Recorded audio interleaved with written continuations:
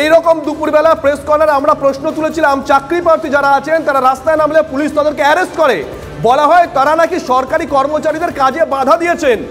আর গতকাল আমরা কি দেখলাম, ইডি, সরকারি আধিকারিক, আধা সেনা, আমাদের গর্ব, তাদেরকে কাজে বাধা দেওয়া হচ্ছে। কোথায় পুলিশ এখন? কতজনকে আটক করেছে, কতজনকে অ্যারেস্ট করেছে, আছে কোনো হিসেব?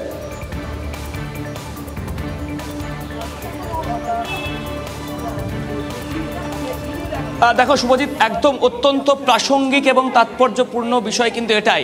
ঘটনার 24 ঘন্টারও বেশি সময় কেটে গিয়েছে, এখনো পর্যন্ত বসিরহাট পুলিশ জেলার তরফ থেকে সরকারি কর্মীদেরকে মারধর, সংবাদ মাধ্যমের কর্মীদেরকে মারধর এবং ভাঙচুরের ঘটনায় এবং অবৈধ জমায়েতের ঘটনায় কিন্তু কাউকে সেইভাবে গ্রেপ্তার করা হয়নি।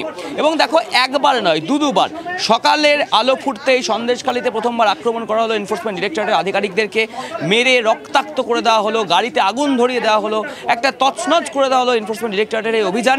এবং দ্বিতীয় ক্ষেত্রে যখন মধ্যরাত প্রায় রাত্রি 12:30 পৌনে 1টার কাছাকাছি সময়, সেই সময়তে বনগা থেকে যখন শঙ্কর আঢ্যকে গ্রেপ্তার করে নিয়ে আসার সময়, সেই সময়তেও কিন্তু এনফোর্সমেন্ট ডিরেক্টরেটের গাড়ির উপর হামলা চালানো হয়, রাস্তায় বসে অবস্ট্রাক্ট করা হয় যাতে কোনোভাবেই শঙ্কর আঢ্যকে গ্রেপ্তার করে না নিয়ে যেতে পারে ইডির আধিকারিকরা।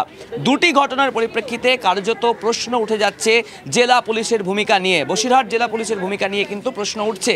কেন এখনো পর্যন্ত কোনো কড়া পদক্ষেপ নেওয়া হলো না? তার কারণ যাদেরকে মারধর করা হয়েছে তারা সকলেই সরকারি কর্মী এবং যারা গর্ব, তুমি যেমনটা বলছিলে, আধা সামরিক বাহিনীকেও মারধর করা হয়েছে, এনফোর্সমেন্ট ডিরেক্টরেটকেও মারধর করা হয়েছে এবং মধ্যরাতে আরও একটা বড় আক্রমণ হতে পারত, যেখানে এনফোর্সমেন্ট ডিরেক্টরেটের গাড়িতে ইট ছুড়ে দেওয়া হয়েছে। দেখো, এখনো পর্যন্ত যেটা জেলা পুলিশ সূত্রে আমরা জানতে পারছি যে মোট 3টি এফআইআর রুজু করা হয়েছে।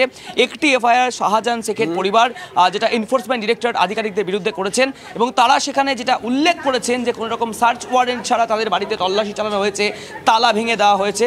এবং একটি এফআইআর পুলিশের তরফ থেকে, অর্থাৎ বসিরহাট পুলিশ জেলার তরফ থেকে